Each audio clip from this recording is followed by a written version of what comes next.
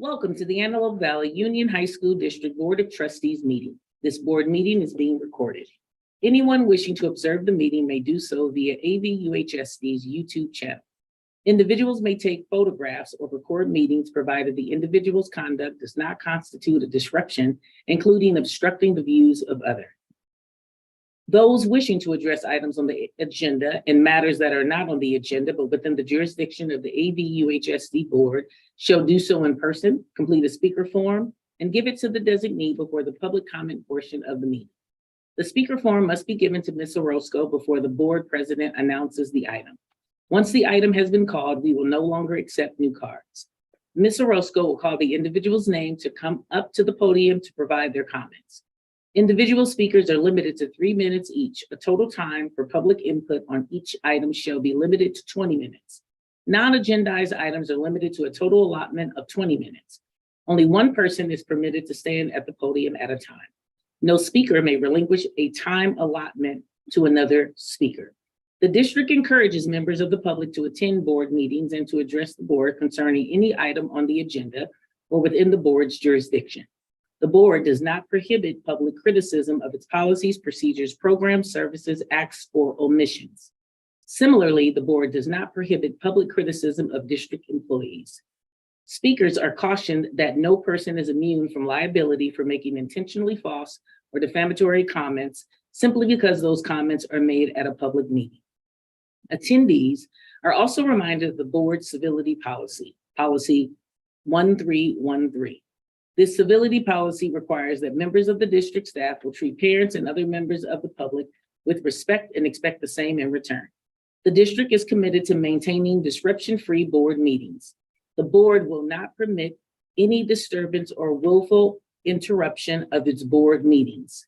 Persistent disruption by an individual or group are grounds to terminate the privilege of addressing the board. Persistent disruption by an individual shall be grounds for the board president to terminate the individual's privilege to address the board. The district promotes mutual respect, civility, and orderly conduct among district board members, district employees, parents, and the public. The district seeks public cooperation with this endeavor.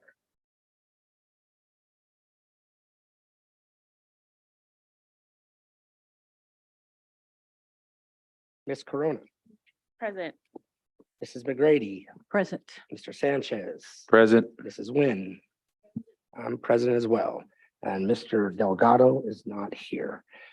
Mr. Miguel Sanchez, can you please lead us in the Pledge of Allegiance, please? Of course. Please stand for the Pledge of Allegiance. Right hand over your heart. Ready? Begin. I pledge allegiance to the flag of the United States of America and to the republic for which it stands, one nation, under God, indivisible, with liberty and justice for all. Thank you, Mr. Sanchez. You're welcome.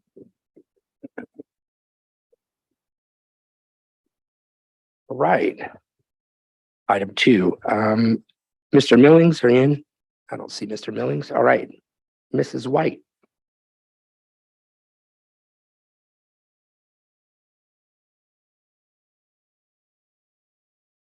Good morning.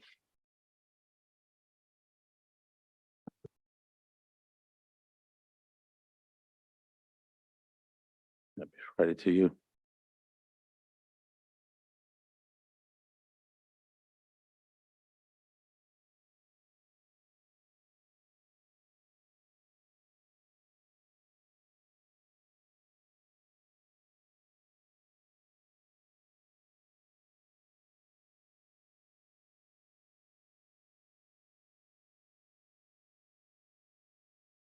Experienced last week. And I know it seems like it's been a lot longer than that, but it's barely been a week ago. I know it seems that our graduates or graduations probably had a few minor errors here and there, but of course, our Valley weather was bound not to miss any of our graduation ceremonies, and it came in again with not only the wind, but some cool weather. In any case, our graduates are on their way to cutting new paths, and that's towards their future. And we wish them all and every one of them only the best in their journey. of the 2023-2024 budget, the LCAP for our district and the academies of the Antelope Valley, and hear any comments from the public. CSEA wishes to thank all of those who have been extremely meticulous in gathering and in the construction of this material in order to produce confirmation for meeting these LCAP requirements and presenting an extensive and transparent document. Long and lengthy process doesn't occur overnight.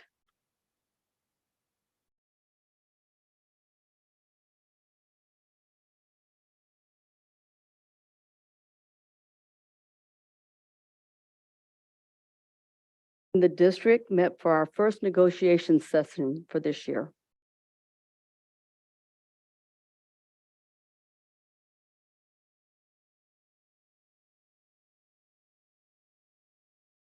News so that we would have an understanding for the upcoming afternoon meeting.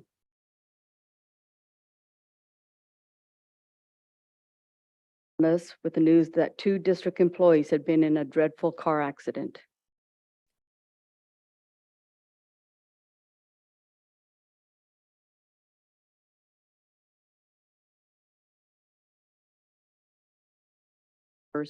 Who hold them with the highest esteem.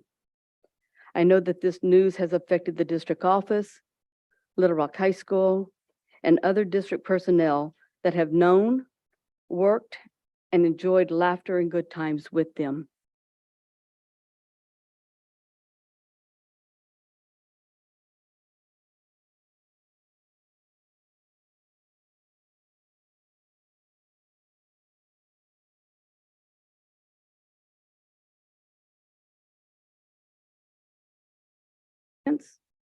I hope you can enjoy their weekend. I know that's going to be bringing another cool spell for us. And then I'll see you on Monday. Thank you. Thank you. All right, C, public hearing. Open, conduct, and close public hearing to allow for public comment regarding the 2023-2024 PINCO budget. The board is asked to conduct a public hearing with regards to the 2023-2024 PINCO budget. Open public hearing time at 10:13. Comments from staff board, Mr. Hawkins? Yes, thank you very much. PINCO, as you know, is an entrepreneurial JPA, joint powers agreement. So all of its revenues are equal to their expenditures, meaning that each one of the members are billed back for the expenditures. So there is no excess or deficit for their budget. The remaining balance is a combination of balances from each of the districts, because each district is requested to hold, for us to hold 2.5 months of their average purchases. So we hold that in a reserve. And then all, like I said, revenues equal expenditures throughout. I'd be happy to answer any questions regarding the budget at this time. Right. Are there any comments from the board? Ms. Nguyen? Thank you. Ms. McGrady? Mr. Sanchez? No. Okay, no questions. Thank you. All right. Comments from the public. Are there any comments from the public? I don't have any comments on the PINCO agenda at this time. Okay, I'll go ahead and close the public hearing at 10:14. Very efficient. The public hearing, open, conduct, and close public hearing to allow for public comment regarding the adoption of the 2023 and 2024 budget. The board is asked to conduct a public hearing with regards to the 2023-2024 Antelope Valley Union High School District budget. I will open the hearing at 10:14. Mr. Hawkins. I moved over here for you. All right. I have a short presentation. I want to take the opportunity to thank the business office staff as well as the ed services staff for working so diligently on the budget and the LCAP that we're presenting here today. There are I'm many sorry, can I people. stop you? Is that mic on? I'm having a hard time hearing. Is this It any just better? feels like there's a weird echo. Yeah, that's This better. better? Yes. Okay. Thank you. I want to take this opportunity to thank the business office staff and the ed services staff for working so diligently on this budget and LCAP. Are you still hearing okay? That we're presenting here today. There's many people that provide a lot of input and a lot of work into producing these two documents. First, I'd like to remind you of the budget cycle. We've seen this before. We're currently in the adopted budget.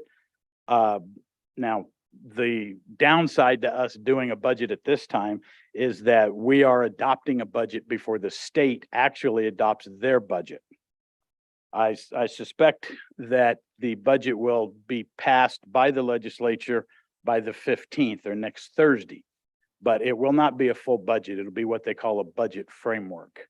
There'll be a lot of trailer bills that will have the specifics of funding for not only education, but the rest of the state budget. And that's simply because if the legislature does not pass a budget by June 15th, they don't get paid. So they have an incentive to pass a budget framework. So I would expect that to happen by next Thursday. We may see the framework on Monday or Tuesday because there are some rules. They have to have it, I think, 3 days printed beforehand here.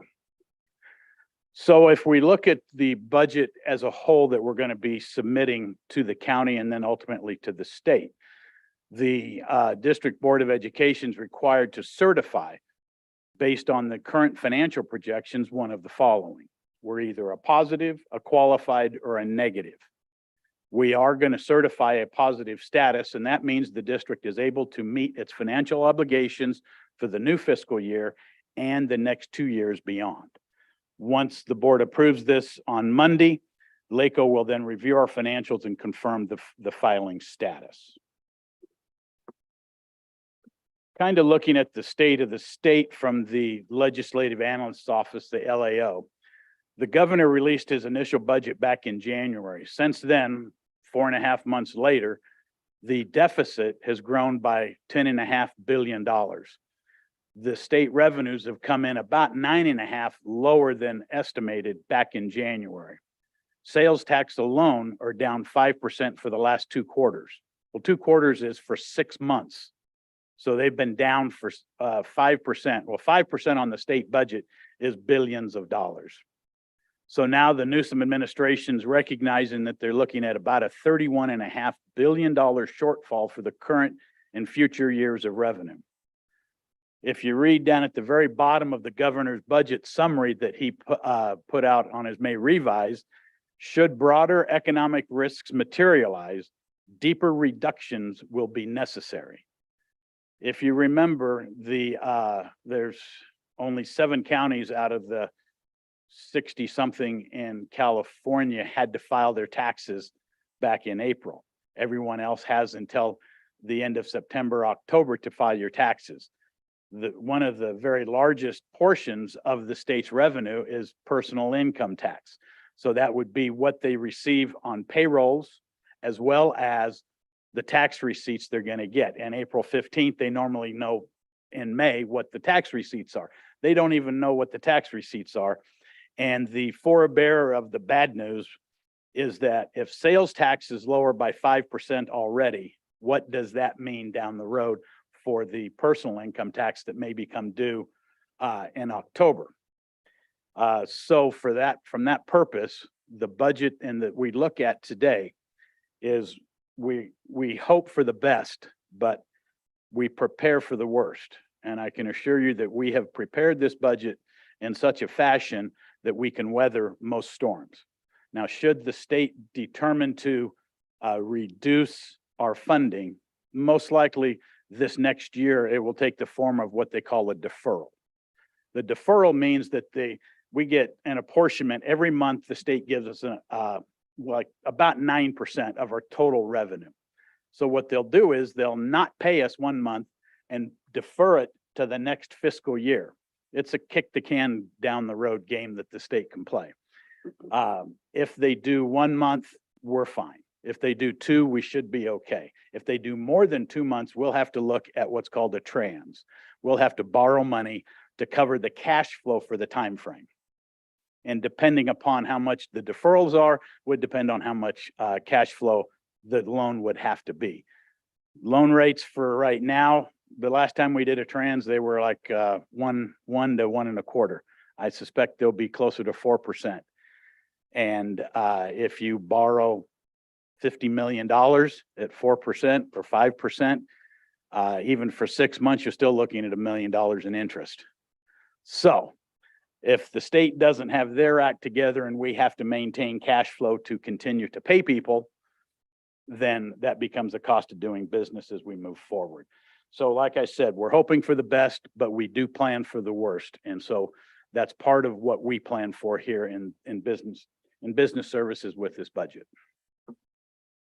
If we take a look at what the governor's January budget had, and then we look at the May revise, you can see that on the top, on the purple on the top right-hand corner, they've reduced the amount of Prop 98 for next year from 108.8 to 106.8. So they're taking $2 billion out of education. Now the statutory COLA, that's the cost of living adjustment, was actually adjusted upward to about 8.22%.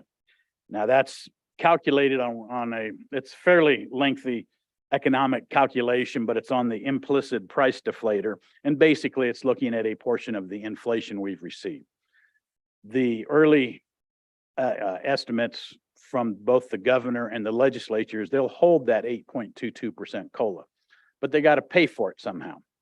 So the first thing, if you remember, the arts and music block grant, they took about 36% out of that back in January.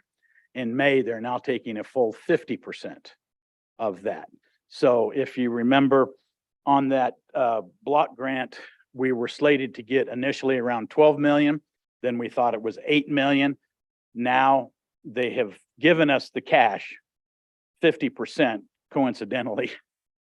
And so we have about 6.2 million. We did our budget for the arts and music block grant based on the 8 million. So we'll have to take a look at some of those down the road here shortly. And then the next big thing is what they call it's not what they call it, it's the Learning Recovery Emergency Block Grant Reduction. They're taking $2.5 billion out of that. That was those funds are designed for us to provide for tutoring, for supports for pupils, early intervention services, instruction for credit deficient students, and services to close the learning gap. Unfortunately, we have received all $31 million of that block grant. So if they take a cut, that means they're going to take it back. The only way to take it back is either one, we have to write them about a $10 million check, or what they'll do is they'll reduce one of the monthly apportionments we get and then give us a method to transfer the money from a restricted block grant back into the general fund. They haven't really talked about how the mechanics are going to work, but that's one of the two ways that we'll have to have that work. But we are looking at a $10 million decrease for just that program alone. If we look at enrollment, and if you remember to the financial presentation, enrollment and ADA are our lifeblood. That's what provides us all of our revenue. That did not come across very well in the look at the sheet here. Cross on the top there for the enrollment, for the past history enrollment.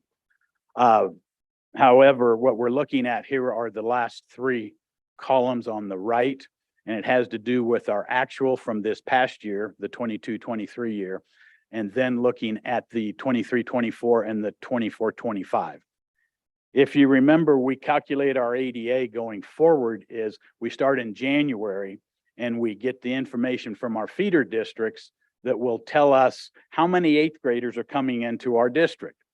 We know how many seniors are leaving, so we kind of do that math, and there's a pretty good calculation. We have over 15-year history to work off of to come up with a calculation for that ADA. So for this year, the new year, starting July 1st, we're projecting about 515 students less than what we had last year. And then the second portion that impacts us is what we would call our attendance ratio. That's the enrollment to the ADA. How many students do we have enrolled? How many show up on an average daily basis? Prior to COVID, we were around almost 93%.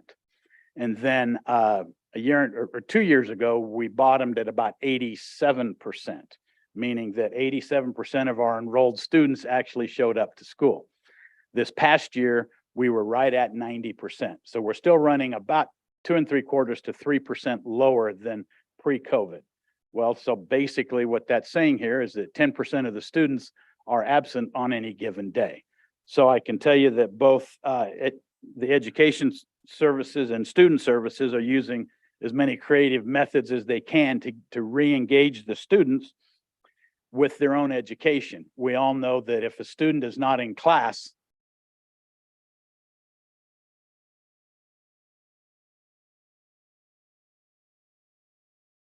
diligently to see that we get to that point or to improve our ADA to enrollment. If we look at our overall revenues coming in our general fund unrestricted, that would be through our LCFF entitlement.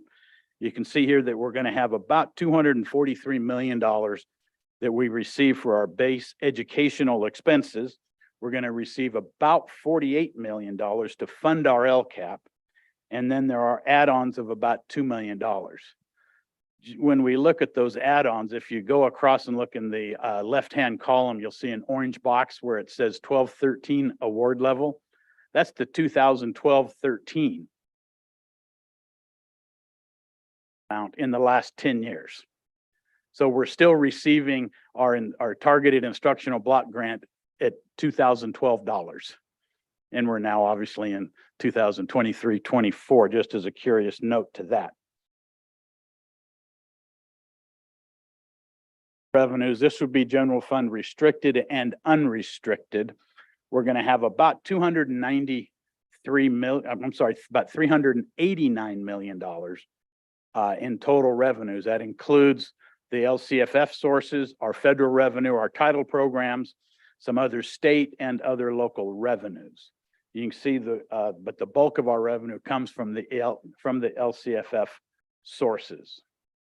If we look at how we expend our dollars, where are we spending them? Currently, we're going to spend about $379 million of the budgeted 389. Of that, we have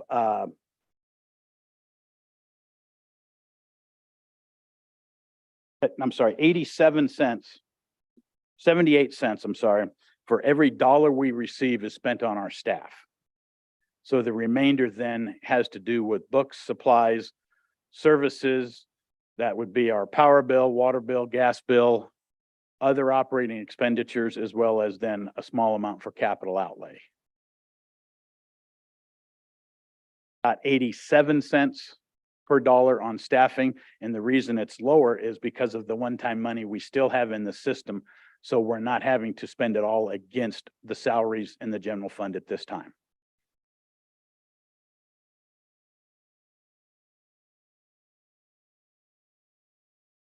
Balance of what we project 12 months from now. So understand we're projecting 12 months that we're going to have about 10.5 million in unassigned in an unassigned balance. I understand it's not easy to read, but this is the required format. If you look at the next page, this is a multi-year projection. This is a little easier to understand, I believe. If we look at the first column, which is the 23-24 budget year, we're looking at having revenues of about 389 million, total expenditures of about 381. We'll have a increase to the ending balance of about 8.2 million.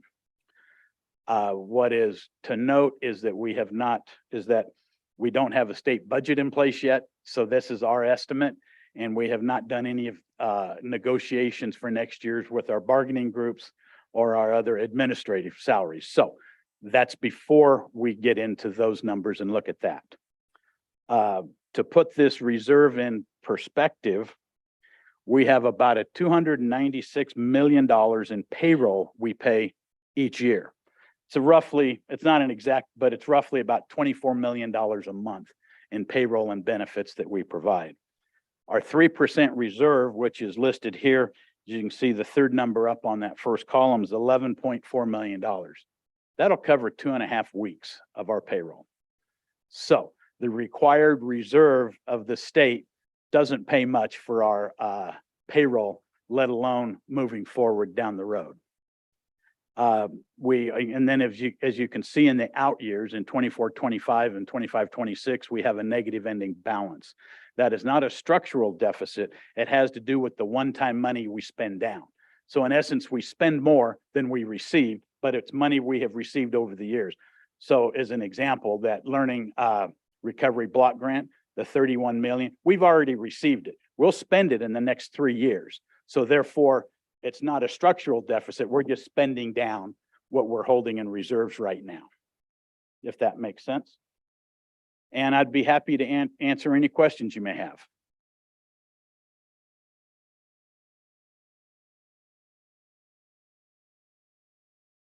Board, I'll start with you, Ms. Nguyen. I'm sorry. I'm curious about the COLA. So the governor's gonna increase the COLA with The COLA is a requirement based on the economic calculations. So he estimated it in January. The real COLA numbers don't come out until April. And because it's for the prior fiscal year. And so they came out slightly higher than what the estimate was back in January. Oh. And so far, everything I've read, the legislature and the governor are committed to that 8.22% Oh, COLA. okay.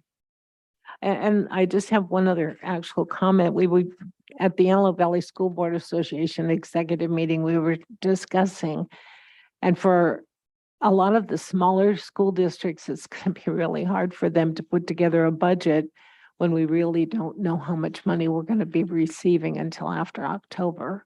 But I appreciate the fact that you've tried to anticipate Mhm. what the amount will be, and I truly and appreciate the fact that you've tried to give us an honest and at least an estimate of what it's going to look like. So thank you. Thank you. It's our best guess at this point, but if you, it's not, what is it? It's not that we didn't plan to fail, you failed to plan. And we are planning for things like that. And so, and that's the key, because we look out not only this current year, but we're looking at the next 2 and 3 years out when we do our budgeting and our forecasting. Thank you. Ms. McGrady. No questions, but just like to thank you as well, you and your team. Appreciate all the work that goes into this. Thanks. Thank you. Mr. Sanchez. Yeah, so just want to bring up something. So book and supplies, $14 million. Yes, Does that include, because you just mentioned it, the teachers don't. I think they're underpaid. That's my opinion. absolutely. Okay? Now, let's talk about money being invested to their students out of their pockets. Are we reimbursing them for this with this money? Is that part of that? There is a supply, each school site under the principal's allocation, they have a budget that purchases a lot of those items. Now, Okay. some of those items they may purchase do not qualify for us to spend the money on, but Okay, a teacher may choose to spend their own money. My wife does the exact same thing. She's a Yeah. teacher. I mean, like, and there's it's some for, things- it's for our students and also to protect our teachers that are doing a great job out there Mhm. that care. I think maybe we could probably lean towards that too, or maybe talk about it in discussion They to protect they our have, teachers. each school site's principals have an allocation for They have staff one. for things like that. Like I Okay. said, some things they may want to purchase are items that we can't because we're using tax dollars. Yeah. And not. But Okay, there are items that, there are budgets for that. okay, thank you. Thank you. Ms. Cronin. Yes, I thank you for that. And I want to piggyback off of what Mr. Sanchez asked. Is it possible to get that list then of every site-specific allocation for those types of supply funds? They'll be making that up over the next few months. And Okay. so once we get that, I'd be happy to forward it on to you. Great. lot of it comes out of the,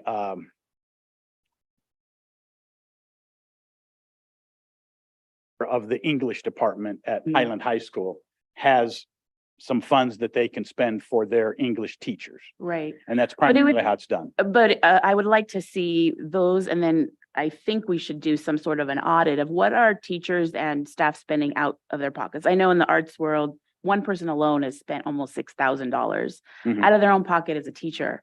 That to me is not okay. So if we can see the big picture of what our staff are spending for the students, then we can see, hey, looks like there's a gap here. Maybe we can talk about, and I understand what you're saying. The state has rules and restrictions. I get that. So you don't have to, I know you're about to say it. No. But just to see maybe how we can help or just look a little deeper. So just look at that analysis there with that. So can I ask questions about this booklet at this point, or is it Sure. just this presentation? Oh, yeah, no, you can. Oh, okay. So there's I have a question on number one. It kind of goes with what Mrs. Nguyen was asking, but in the COLA, it's on page 1 of this, but so COLA will be 23-24 is 8.22%, but then in 24-25, it goes down to 3.94%. That's the estimate from the state. So it's just estimate. Yes, that's Okay. the estimate, and it's too early to tell, kind of, but okay. the legislative analyst office will come out with an estimate for the COLA for the next 2 years. And Got it. that's their estimate. Understood. Thank you.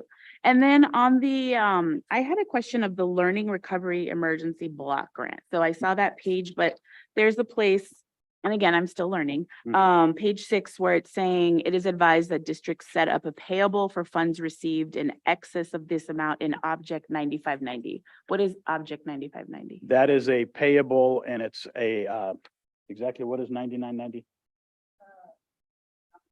Okay, it's an. Oh, so it's We set it up as a payable, so that would be the 10 million I was talking about, right. that we should set it up as a payable. Once the legislature and the governor actually decide if that's what they're gonna do, then we would need to set that up as a payable. Got it. Thank you. And then, so I was trying to understand all these cells and columns.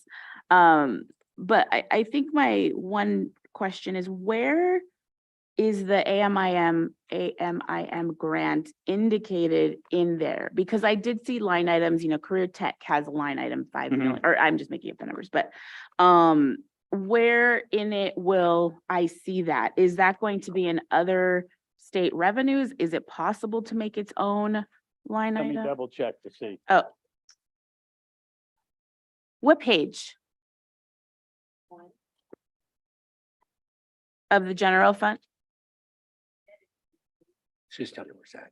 Right, it's embedded in there because because that grant is different than the learning grant we talked about. That grant was 100% unrestricted. Uh-huh. And if you remember when we first talked about this, they had the name Arts and Music Block Right. Grant, but the legislature gutted all the language and said it's now unrestricted. So therefore it comes in general fund, the first page, but it is not broken out separately like others because the others have what is called the resource code. So they're very specific.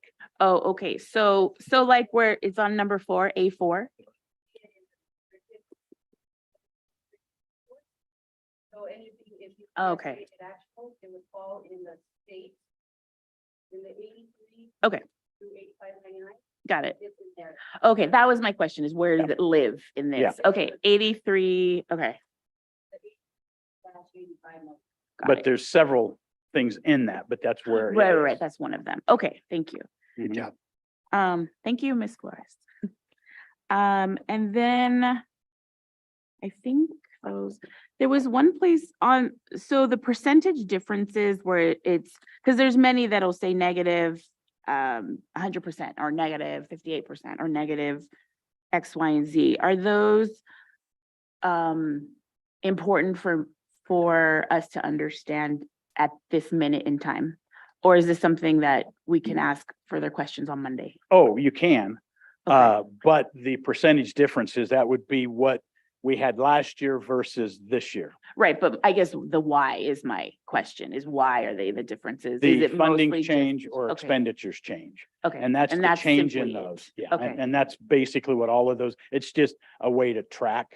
And if 100%, if you see 100%, it means it may be a new expenditure or a new revenue. Right. Because we didn't have it in the prior year. And then I believe it was in this budget, there's columns that say met, not met, yes or no. Is that in this or is that in something else? That I think's in the first couple pages. Oh, okay. That So, has to do with what we call a technical review check. So the software program that runs this state account code system will go through and check multiple lines of the budget to verify that they have been inputted correctly.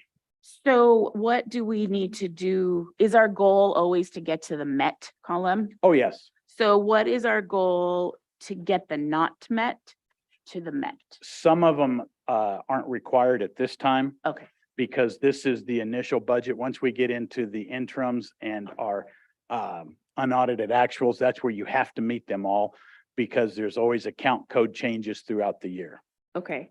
And then there was one thing about on that same school district certification, that columns of the met, not met, yes, no, that. Right. So there's a place that says new charter school impacting district enrollment, and yeah, the answer is yes. So are any new charter schools operating in district budgets that are impacting the district's enrollment, either the prior fiscal year or budget year?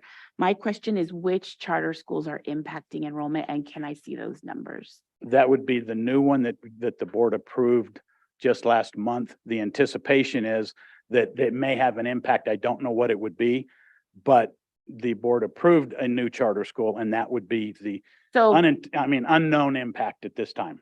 so even, okay, so for 23-24, Yes. even though we don't know it factually, we have to make it yes? Yes. There's no unknown? No, those are state forms that it's Okay. yes or no. And then impacting the district's enrollment, what is that criteria? Impacting, 2%, 10%? We don't know the number. The impact would be fewer students. But are, Let me jump in here real quick. But if I remember correctly, on the charter school, they weren't going to have high school students for a couple years. So therefore, that should be no impact for the next budget year, correct? Mr. Hughes, I believe that there was room in the charter for ninth graders in independent study. The threshold was low. Couldn't be more than 10%, is that correct? Of Right. enrollment, Of the whole enrollment, yeah. of the whole enrollment of the charter school. Yeah, but it was that- like that is- 750 kids through K all the way to the 12. Right. Correct, but this okay. charter was ninth graders. So you're Um, just being cautious when you, We're, when you well, said we're yes. required by the state to at least acknowledge that it may be there. Okay. And that's all we're doing. All is right, perfect. looking at Thank that. you. Appreciate it. Yes, ma'am. Yeah, oh, yeah. Yes, Comes in, you go with that enrollment for factoring that one in also. as well. Yeah, and our district had no input into that charter school as well. They just did it through Palmdale, correct? Correct. okay, so even though the question is, are any new charter schools, it's also existing charter schools? Correct. Okay. But we do have a new, and there is an existing. And it always impacts. Well, no, right, but I interpret this question as a new charter school, not an existing charter school. Oh, yeah, we have two in the area that. No, I understand that, but to me, this would ask only for new, not existing. We have both. We have a Okay. new one coming in and an existing. All right. I think that is it for now. Right. Thank you. All right, very good. Thank you very much. Right. Mr. President, I just Yep. have one quick Absolutely. comment, real quick. Goodness. I so miss our art gallery at the old district office. So I really appreciate the fact that you put student art on the front of this budget. I just can't tell you how much it really warms my heart to see the talent that's displayed through our students. So thank you very much for putting student art. in the And to front. piggyback on that, Miss Wynn, what Miss Corona's doing with the arts, I bet you it's gonna get a whole lot better. But good job doing that, and I just think it's even gonna get better. So you'll probably have more things to be happy about here soon. All right, Thank you. thank you.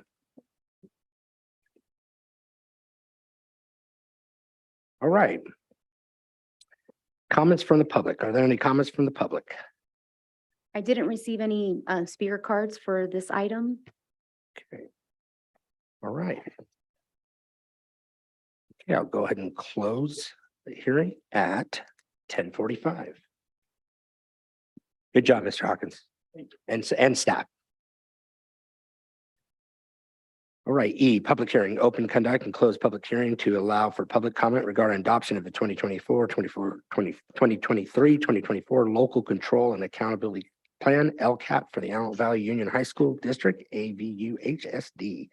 The Board of Trustees is asked to conduct a public hearing regarding the proposed local control accountability plan, LCAP, for the Antelope Valley Union High School District.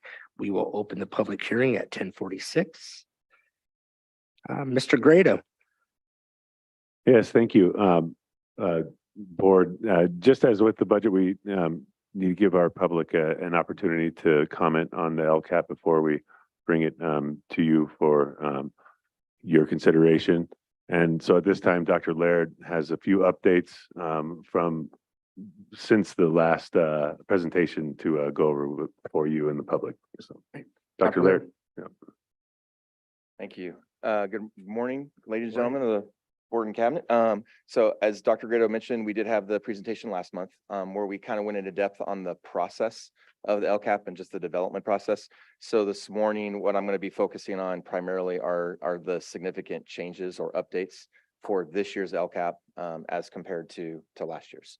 And so I'll kind of focus on that rather than going into detail on every single action and goal. It'll really be more just to highlight the changes from last year to this year. So again, as a reminder, this is year 3 of a 3-year LCAP. So we're anticipating next year with the strategic plan process that we're going to be going into that the 23-24 LCAP will look probably much different than this year's being the 3rd year of a 3-year LCAP. And then there's also going to be a new state template. So this will be kind of the last year that it'll look like it does now. So we're kind of eager to see what that's going to look like in the coming years. As was mentioned before, this is a year-long process. We try to be as collaborative as we possibly can.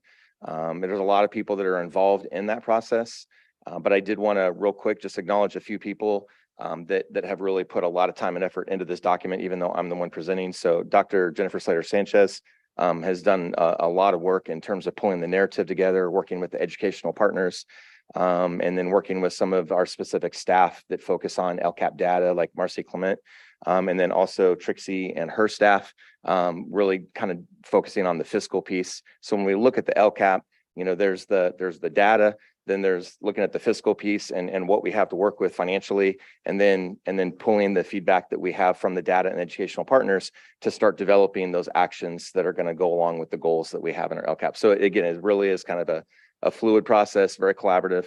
And then in addition to that, we work with LACO throughout the year. We have a specific LACO representative that meets with us on a regular basis. So we get her feedback and her input to make sure that what we're doing is consistent with Ed Code and that we're in compliance on everything.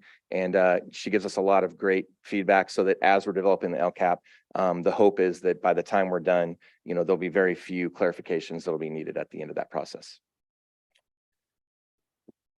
All right, so kind of just jumping in, as you can see, we have the goals that we've had consistently for the last few years. Based on the feedback from our educational partners, there were no new goals or no changes to those goals, with the exception of Goal 5. As I mentioned last month, Goal 5 was a new goal last year that we were required to put in to specifically address our students with disabilities. This year, we were also required to add in a piece that looks specifically at our homeless population. And so we were allowed to kind of implement that or to kind of put that into Goal 5 along with our students with disability. And so you will see that's highlighted in orange to indicate that that is a new element to our Goal 5. And then on the right-hand column, you can see the money, the budget that's being allocated to each of those goals. One quick point of clarification, when you look at the budget piece, that is a representation of our total budget. So that's not just targeted dollars being represented there. That is targeted and base funding. And so as we go into each of the goals and actions, I do have that designated. So you'll be able to see which actions are being base funded with our general dollars, and then which actions are being specifically funded through our targeted funding, if that makes sense. the Zoom moderator to move, if you can, Is that better? no, it's the little square on the upper right hand, just, Oh, move it? just go to the three dots and it'll say hide the video. No, not move it, just, Delete it. get rid of it. That works, just because it was blocking the numbers. Thank Understood. you. Yep. All right, so these are kind of the key highlights. So these are representing kind of the things that we are continuing and then also adding to and changing. So I went ahead and highlighted the things that are totally new in comparison to last year's LCAP. So obviously we are going to continue our implementation of our MTSS. And so we've done some things for next year's LCAP that'll help us to continue that work moving forward.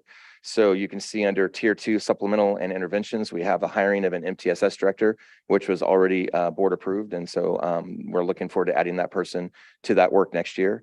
We also are going to be building out our Tier 2 site teams, which is going to, again, be a specific piece that'll be a new element moving into next year. And then under the Tier 3, we've increased support for our EL program. And then again, we're continuing to expand that work of MTSS implementation as we look at our Tier 2 and our Tier 3 interventions. And so again, these just kind of gives you an overview of some of the changes between what we were doing last year and then what we're going to be doing in the year moving forward. Jump in real quick. I'm really excited about that MTSS and what this board just did hiring that. Absolutely. And then you guys coming in with that as social, emotional, and physical well-being.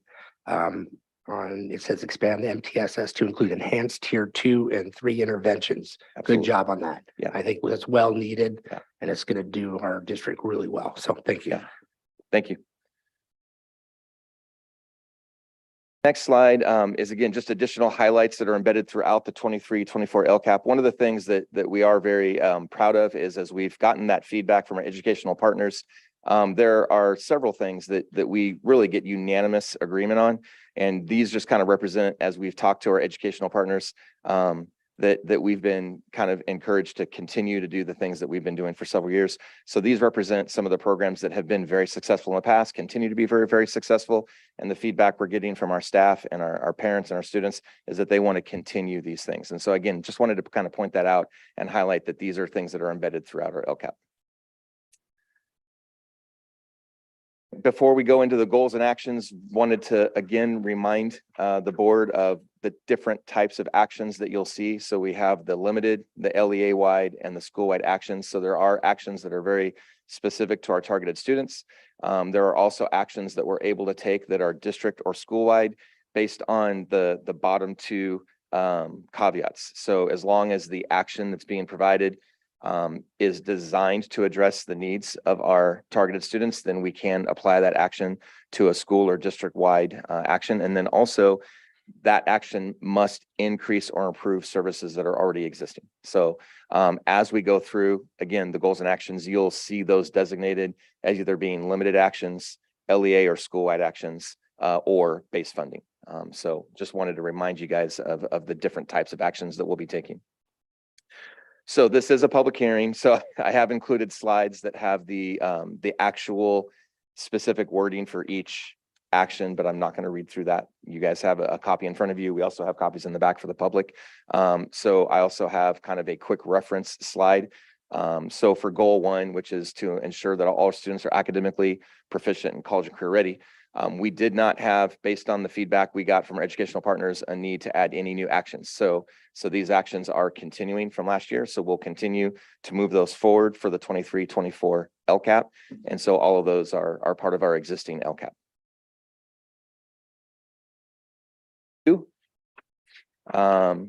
Again, based on the feedback that we got through the data and our educational partners, there was no need to add any new actions. So there were no new actions added to goal 2. However, again, you will notice as you look at those that some say LEA-wide, all schools, or limited, because we're looking at a specific group, or base funded. So you can see action 1, school counselors, obviously that's a basic service, so that's going to be base funded, but we do enhance our counseling services through our targeted dollars.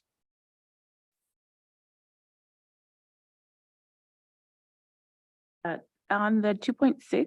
Yes. Equitable access to AP classes for that so limited low income. So do we have data to show who in AP classes are limited low income versus the all wide? We So do that have we some. know we're achieving that? Yeah, so we do have some data. We can look at the individual student groups to see which students are taking which classes. This is specific to making sure that we're being proactive, not just waiting for kids to sign up, but that we're actually proactively looking at certain student groups and making sure that they're getting the counseling services to encourage them to sign up for those AP classes. So if I wanted to ask, and I won't do it now, of course, but if I wanted each of these 0.2s, 0.3, if I wanted to find out, okay, what is the district doing? What is the tangible? What is the action for 2.6? I can ask Mr. Nehan for those sorts of reports. Absolutely. Okay, Absolutely. great. Thank you. And just to clarify, Ms. Corona, we do have the ability to pull that data on AP. It's not something that's created in a report. We do have the ability by school, by class, what is the makeup, what is the SES status of each of those students.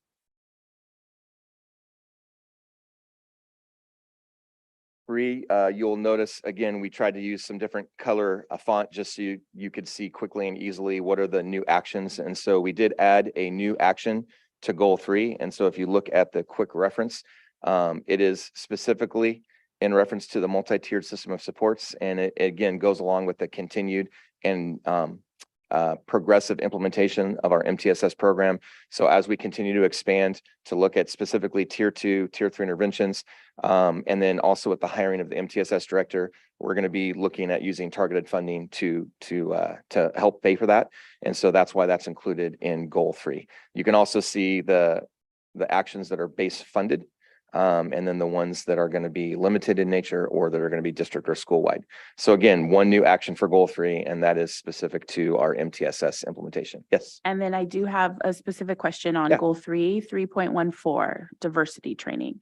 Can you give us some examples that you are going to implement the next year?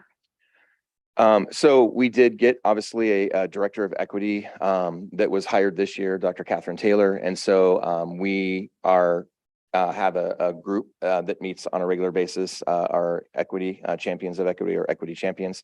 So there are a lot of specific things that Dr. Catherine Taylor is already doing, working with Dr. Slater Sanchez, kind of collaborating on how we can utilize our targeted dollars to continue to move that work forward. So I can get you at a later time a list of some of the specific things that we've already been doing this year and are looking at doing going into next year. Yeah, and this one, go ahead. Go ahead.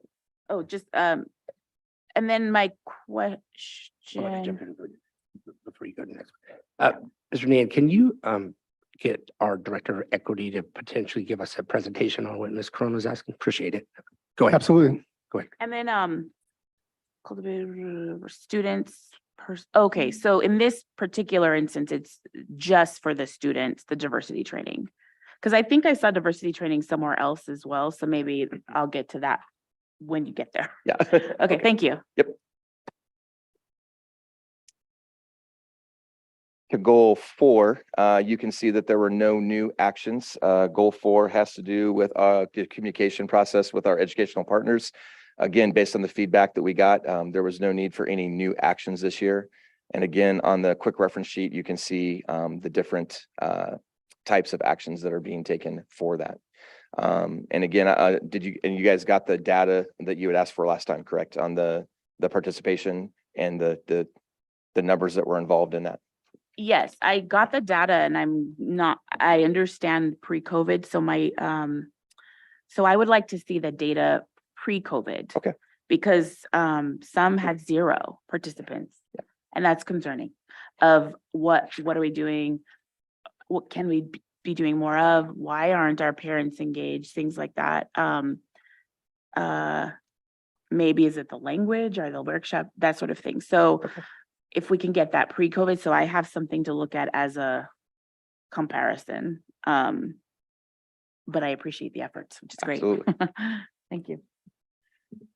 All right, and then moving into goal 5. Goal 5 was where we saw the most significant changes between last year and this year. And that's because, as I mentioned at the beginning of the presentation, we were required to put in a piece that specifically address the needs of our homeless students. And so the county and the state wanted to see what actions we're planning on taking specifically to address the needs of those students. So if you look at the slide that has the actual actions, you'll see that there were 4 new actions included there with the specific wording and some of the things that we're going to be doing in particular. On the quick reference, just to kind of summarize, identification and chronic absenteeism, transportation, social emotional well-being, and then academic achievement. And so those, again, are going to be limited and specific to our low income and homeless students because they fall under that low income kind of umbrella. And does foster youth fall into homelessness? Or No, is foster that youth is low- a separate, low? and they're already one of our targeted students. Oh, it is? target Okay, I groups, must have yes. missed that. Thank you.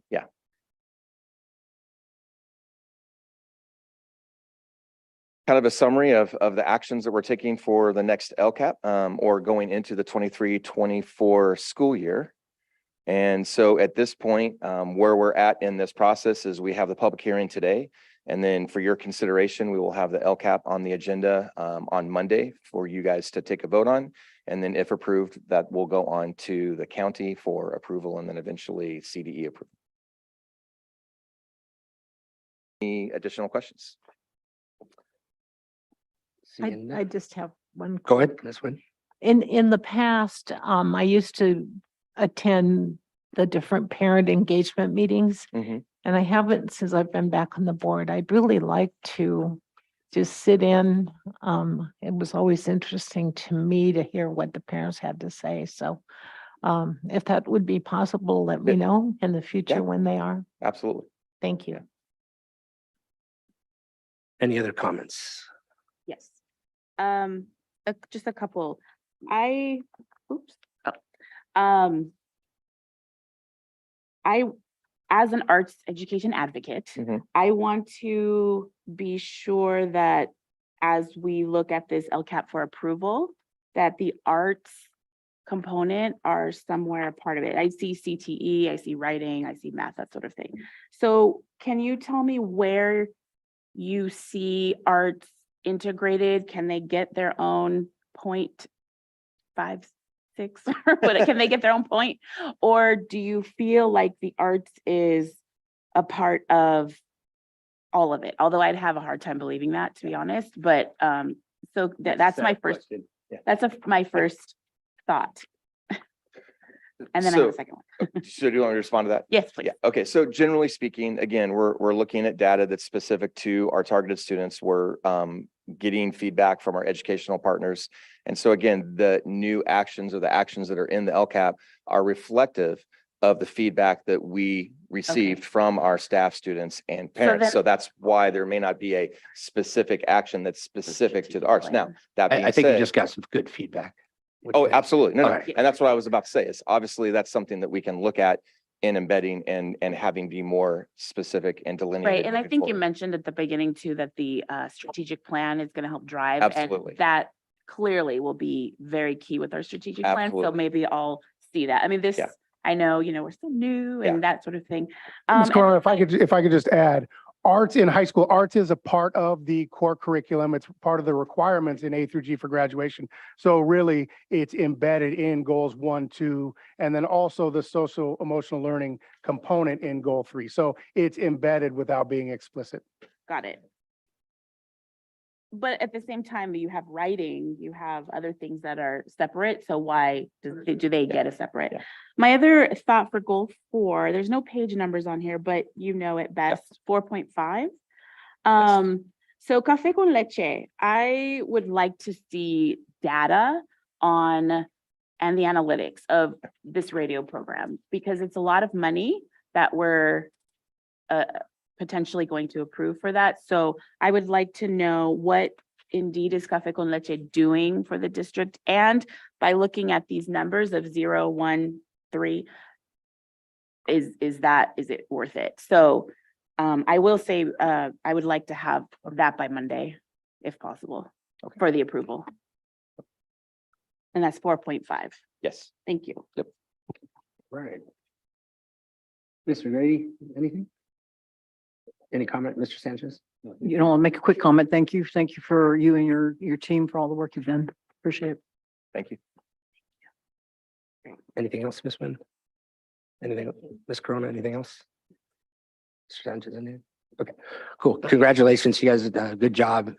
Your team, you guys are amazing. A lot of information that we have to go in and then we'll be reviewing it this weekend. All right, thank you. Now we'll move on to, are there any? Mr. Hughes, any comments from the public on the hearing portion? That's where I was going, sir. Sorry. All right. Any comments from the public? I have not received any speaker cards for comments. All right, we will go ahead and close at 11:05 this hearing and moving on. All right, F, public hearing, open, conduct and close public hearing to allow for public comment regarding adoption of the 2023-2024 local control and accountability plan LCAP for the academies of the Antelope Valley, AAV. The Board of Trustees is asked to conduct a public hearing regarding the proposed local control accountability plan LCAP for academies of the Antelope Valley. Open public hearing at 11:06. Comments from the staff, Mr. Grado. Thank you very much, Mr. President. So just as with the LCAP for the district, because Academies of the Antelope Valley is a district dependent charter, we also have a separate LCAP for those sites. So I'll hand it over to Dr. Laird to Dr. explain Laird. that as well. Thank you. Thank you. And this is going to be a briefer presentation. I promise. So a lot of similar things, a lot of the same process, all that kind of stuff. But for the Academies of the Antelope Valley, as Dr. Grado said, it is a dependent charter. So we have to do an LCAP that's separate for them. But the option that the Academies of the Antelope Valley has is they can either have an LCAP and a site plan, or they can utilize the LCAP as their site plan. And so that's what the Academies of the Antelope Valley has done. And so the LCAP, while it is required, it is basically their site plan and it operates as such. And so we are required to do an LCAP and we submit it, but it's not approved by LACO like the district LCAP is. So it's a lower threshold, but we do have to create one, but it's kind of done with that site plan filter in mind. And so this, again, kind of just gives you the summary of the funding that we're looking at for next year and how that's broken down by goal. So they're looking at about $8.5 million total in targeted funding that they're going to be looking at spending on the different actions. And then many of the actions, as you look through the AAV LCAP, mirror what we're doing throughout the district because they are part of the Antelope Valley High School District. However, there are some changes here and there, or some things that are a little bit different. Goal 1 is virtually the same in terms of their actions so the same actions that we would be doing throughout the district, we're going to be doing through AAV. Same with Goal 2. A lot of, again, the same actions that are going to be delivered to the students through AAV. The primary difference between AAV and the district is that you'll notice as you go through this and look at the actions under each goal, you'll notice that they have fewer goals. So AAV was not required to include a additional goal that looks specifically at students with disabilities or that is looking at the homeless population. Now, it doesn't mean that we're not addressing the needs of those students through their funding. It just means that they're not required to have those additional goals like the Antelope Valley High School District is. So for example, you'll see Goal 3, again, the base funding, the basic services that we're providing for all of our students, and then the additional actions that they're going to be doing. And then we get to Goal 4. Again, we've got Power School, which is our school information system, and then we have our basic actions under Goal 4 and the communication with the families. So again, nothing really significantly different from the district's LCAP other than they don't have the additional Goal 5 and they don't have those additional requirements by LACO to address those specific student populations.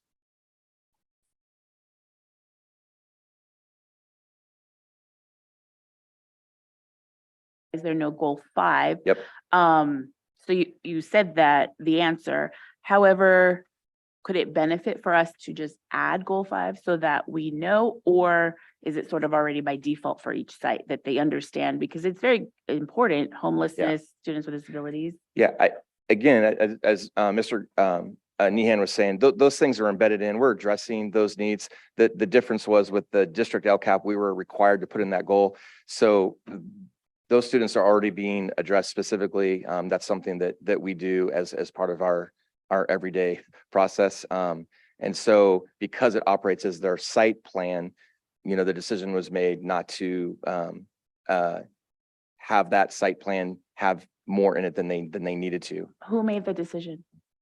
We worked in collaboration with the leadership from the AAV. So at the time, it was the principal of AAV working with district staff. I think it and would be because it wasn't a beneficial requirement. to have it, and I don't know, Mr. President, if we need to put it as a motion to add goal 5 to the LCAP for the AAV. How could we talk about that? We would need to work in consultation with our LACO coordinator to see if it's necessary, possible. Okay, And so further conversation, I would say. that's fine. Can you ask that question? Just because I think why not put it? It makes our framework easier to understand. And you did say you could either go the site plan or you could go at LCAP. We have the control over that. So I think Right, and but it's consistent. but if a site is only looking at their plan, they don't have goal 5 listed. Exactly. What he said is they could either go from a site plan or LCAP. They're going from the site plan. We can say go from the LCAP and we don't have to worry about their site plan as long as we incorporate it into the LCAP. Okay, That's what I'm trying to say. Then you get your goal 5 there, okay. And then. which is possible, correct? Yeah. Based on direction. Yep. All right. Question on, so for goal 2, Yes. 2.15, arts integration and VAPA program.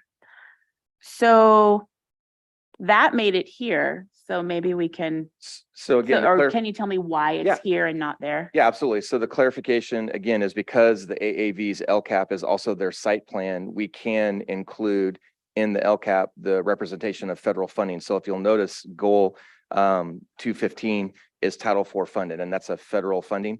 On the district LCAP, we don't indicate the same federal funding. We focus on the state funding and the base funding. I'll help you out. Can we get Mr. Nia, can we give you directions? Go ahead and add a 2.5 into our other LCAP if possible. And if it's not, please explain. Again, later. that's that's in collaboration with our LACO oversight representative. However, the title dollars are for each individual school are represented in the single plans for student achievement, which are also on the agenda for consideration on Monday. Perfect. So it just added to Carla's request as well. Thank you. Yeah, and that's why you'll notice action 12, 13, 14, 15 all have the title funding in there. And again, we can represent it on their LCAP because it is their site plan. It's not entirely a pure LCAP. Sure. I'm sure we'll have some further discussion on this. Yeah, definitely. And just clarification. And can you remind me Title IV funding? What is that exactly? Primarily arts, but I can also have either Dr. Harris or Dr. Slater Sanchez give more information for you as needed. Okay. Yeah. Thank you. Okay, awesome. Anything else, Ms. McGrady? Oh, can I just comment? I'm sorry, because I just asked so many questions. I do want to commend you on your beautiful, easy to read presentation. I thank you for that. Well, I appreciate that, and I will give the credit to Dr. Slater Oh, Sanchez. well, thank you. All right, any further questions? Seeing none. Okay. Is there any comments from the public? I have not received any All right, outstanding. for the And we'll LCAP. go ahead and close the public hearing at 11:13. All right, G, public comments from the floor on non-agendized items. Are there any comments from the public for non-agendized items? Yes, we have 2. Outstanding. The public is invited to address the board on any matter not on the agenda that is within the jurisdiction of the board. To address an item not on the agenda, speaker form must be given on the designee or given to the designee before the board president announces this item. Individual speakers are limited to 3 minutes each, and a total time for public input shall be limited to 20 minutes. Only one person is permitted to stand at the podium at a time. No speaker may relinquish the time allotted to another speaker. During public comments, the board listens to concerns, issues. The board may ask questions for purposes of clarification. And I'm going to add, they can respond. The law prohibits the board from entering into a dialogue with the public or taking action on items not on the agenda. First speaker, please. Raquel Derfler, discipline discrimination. Can you repeat that? I didn't hear you, Rachel. Raquel Derfler regarding discipline discrimination. Thank you.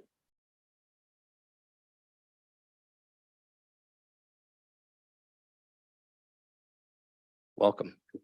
Good morning. I'm Raquel Derfler. I am co-chair of Cancel the Contract. Our name has given rise to misunderstanding and misinformation about what we actually do. I'm here in this public forum to state in no uncertain terms that Cancel the Contract is an advocate for children and community against discrimination and abuse, whether it is from law enforcement or a school district. On May 24th, 2023, Cancel the Contract filed a lawsuit against the Antelope Valley Union High School District on behalf of all Black students and students with disabilities in this district. I want to be clear, this lawsuit is not about money, but rather its purpose is to force systematic change in the district. The Antelope Valley Union High School District has demonstrated a pattern of discrimination against Black students and students with disabilities by disciplining them out of proportion to the general population. These discriminatory practices of the Antelope Valley Union High School District violate a number of federal and California laws, including the Civil Rights Act of 1964, which prohibits public school districts from discriminating on the basis of race and ensures that students will not experience a racially hostile environment. The American with Disabilities Act and Rehabilitation Act of 1973, the California Constitution, the California Government and Education Code, which prohibits discrimination on the basis of race and disability, limits the offenses for which students can be suspended or expelled, provides procedural protections for students being disciplined, and the California state law.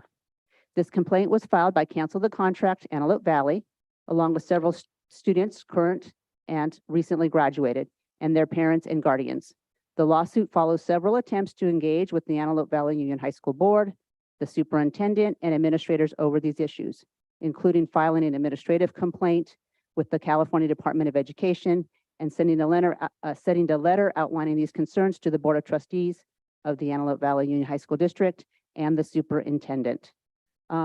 Also, I would like to address the board president just to ask him to please, I have sent you an email introduction between yourself and a Kelly Fisher with the Office of Violence Prevention for you to discuss this district accepting funds that office is looking to offer this district to help our students. So I've sent you 2 emails. So I'm asking you to please respond to Kelly. She reached out again yesterday, introducing herself and asking for a meeting with you. I will leave what the motion is that creates that pilot program with here so the rest of the board can take a look at it. Thank you. Thank you. Just to address that real quick, we are now defendants in a lawsuit and you are a plaintiff. It'd be actually inappropriate for us to have any communications without our lawyers present. So I just want to put that Yes, out that there. I Well, hold on, understand. Yeah, that's where I'd be interested. Ma'am. Right.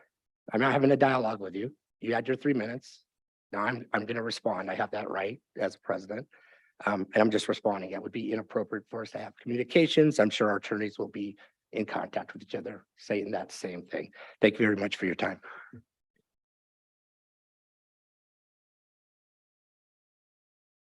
Staff, Thank you. Welcome. Thank you. Good morning, all. Good morning. In regards to the protest that was held, I'm sorry, I can't hear. I'm a little taller. Yeah. Can you hear me now? Better. Okay. I would just like to address some of the concerns, how I was treated as a parent at Highlands High School graduation that just recently passed. I was a part of and am the co-chair of Cancel the Contract. I was a part of the protest where a lot of the students, disabled, Black, brown students did come out to stand within that protest. The security officers at that location, the deputies, the security officers, I would say, that's at the premises was very rude and disrespectful to me. Upon going to the graduation and he seen me again, what are you doing here? We don't have a place for you here. You the one that caused all the commotion. That's a right of mine to stand out and protest in the protection of our Black kids, of our brown kids, and be able to have a peaceful protest without being discriminated against, harassed, or retaliated at my son's graduation. It was very uncomfortable. He did it in front of our families, all because I exercised my right. Previous to that, there was a BSU graduation, the Black Student Union, which included Black and brown students. The only person from this board that I seen was Ms. Chandler there. That's the only one. Your name was on the agenda. Several other people's name were agenda. Again, I seen none of you guys out there supporting our Black student at the Black Student Union graduation of accomplished Black kids, 5.0s, 4.50s, perfect attendance. Any accolade that they could have, they had it there. And I seen none of you guys. except for Ms. Chandler, one of the two brown and Black people that I see on this board. And that was disheartening. You had your name taking up space on the bulletin, on the agenda, on the roster, but you did not fill those spaces in those seats. And that's disheartening. As another Black parent in this district, and this is where we're giving this young man a 15.72% raise. Chandelin and Grado, you're getting a 5 or 6% raise. Everyone else is getting raises. We are the worst district in LA County with the highest disparities and racial disparities amongst our students with disabilities and a Black and brown color with our kids. And we are the highest paid district. You guys are the highest paid in LA County. 30 And we seconds. have the worst results. So as we sit in these meetings and we listen to you guys, I appreciate what you said. Why doesn't that district have a Part 5? That is important. Parents should be important, or the guardians, or the state to say, yeah, we need these help for these Black and brown and homeless kids, or low income. That is very important. But what also is important too is for you guys to engage. You stand up here, y'all sit up here, you listen to the That's families time. play. Thank you for my time. Can I ask a clarifying? I'm Yep, sorry. Absolutely. When was the BSU graduation and what time was it? I don't have the exact date. I can get that for you. I believe it was at 5:30 or 6 in the evening. What date? I don't have the Oh, exact okay, date. I can okay, get that. but it for was you. Hold on, I'll pull it up for you. Oh, thank you. I'm allowed to get that clarified, right? Absolutely, From the absolutely, yep.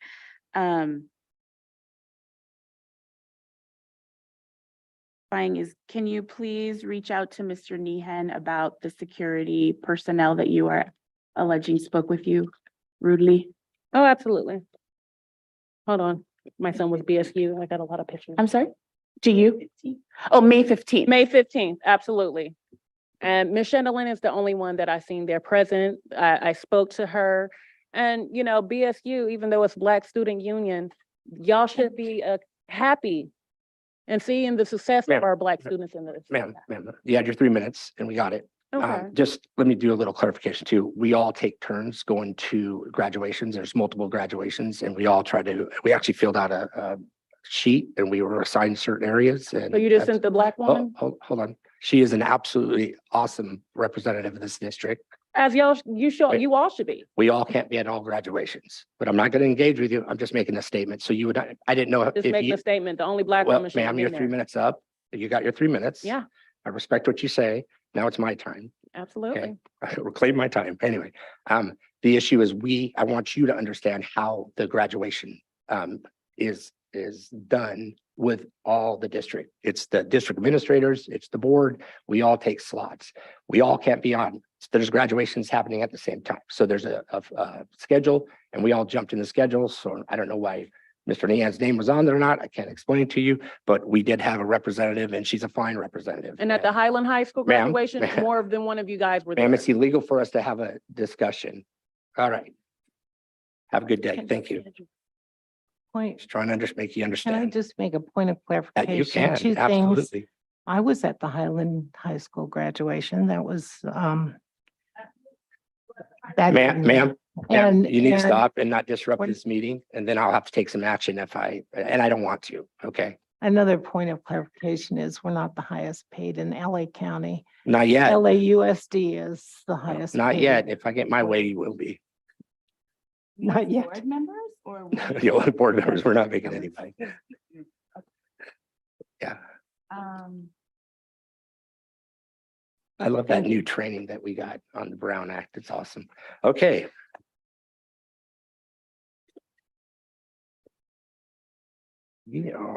Any other comments from the? We have no other comments from the All public. right, we will move to H. And from the superintendent, we'll start with you, Mr. Nehan. No comments this morning. Thank you. All right. Ms. Quinn, you want to tell us how many graduations you went to? I'm sure a lot. I had so much fun. I went to 8 different graduations. Good job. Last year I had the broken leg and couldn't go to any. Well, I went to 2 graduations. So this year I was trying really hard to make up for that. And that is just a happy moment, graduations. I want to welcome Dr. Gladfelter, and look forward to some of the things that you're going to be doing and implementing in your position as principal of our academies. And like I said, I even the windy Quartz Hill graduation, which I was pretty sure were gale force wind. I'm not, I'm not kidding. But it was a wonderful graduation, and Ruth Simons always does a great job in putting that together. Every graduation I went to, I didn't see a single beach ball. I didn't see any disruption. Students were well behaved. I was totally impressed with our staff and our students. I did attend, I went over to Highland High School during the protest that was there to, I went to support staff. But other than that, I didn't engage in any conversations. I want to mention Mr. and Mrs. Hickman, and I'm sure that by now everybody understands that they were in a, I'm sorry, I'm probably gonna cry. They're just amazing people, wonderful people. I used to volunteer working, this has been some years ago, working with Rhonda Hickman in student services. And that at that time, we were putting out letters to every 8th grade student, letting them know what school that they would be going to and what would be the process. And it was like hundreds of letters. And I got to know Rhonda Hickman a little bit better at that point. Wonderful people. So sorry to hear about her husband. I know the district will be supporting her and her family. Thank you. Yes, ma'am. No comment. Thank you. I just wanted to mention, one of the great honors of being on this board is to attend graduations. And I went to 3 because I work 3 jobs, 2 sometimes and 3 others. So I do my best to get to all of the graduations that I can. So I wish this commenter was still here to hear that. But I went to the adult education graduation, which was so powerful to me because my own mother has gone to school in her age. I won't say it out loud. But just to see that education is lifelong, that was really, really inspiring to me. And so to be a part of it, I was with Mr. Hawkins. Thank you. That was my first graduation ever. So he gave me the lowdown. And the other graduations that I went to is just a reminder of how diverse our students are. And being at Palmdale High School for the first time in my life, I thought, wow, I'm with my raza, I'm with my gente here, because the majority at Palmdale High School are Latinos. And seeing the leadership not reflect that was an eye opener for me. So I think we as a board just need to be cognizant and aware of that for our students, because representation matters. But it was such an honor. And then I went to the evening Quartz Hill, where I thought I was going to blow to Kansas. Let me tell you, it was so, and Mr. Nehan was with me as well on those latter 2. So I just thank this district for the opportunity of bringing the board members to these graduations. It was really, really powerful and inspiring for me. Thank you.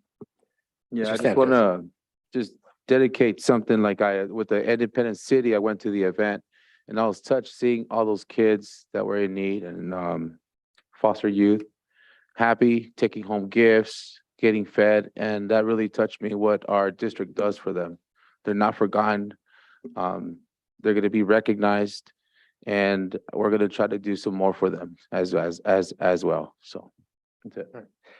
I as well got to attend a graduation with Mr. Nehan, my first one, and it was at SOAR. Truly amazing. Those kids graduating from there, it was an eye opener. It was definitely an eye opener, and it is a pleasure. So me too, Carla, or Miss Ms. Corona. I wish our detractors would be able to hear what this board had to say about the graduations, but maybe they can watch it online.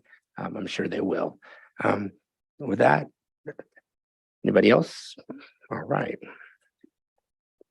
I will go ahead. Go ahead. Anybody? Okay. All right.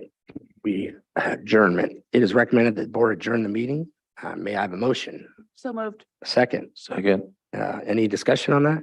Seeing none. All those in favor say aye. Aye. Aye. Aye. Opposed say nay. Seeing none. So move. I will see you Monday.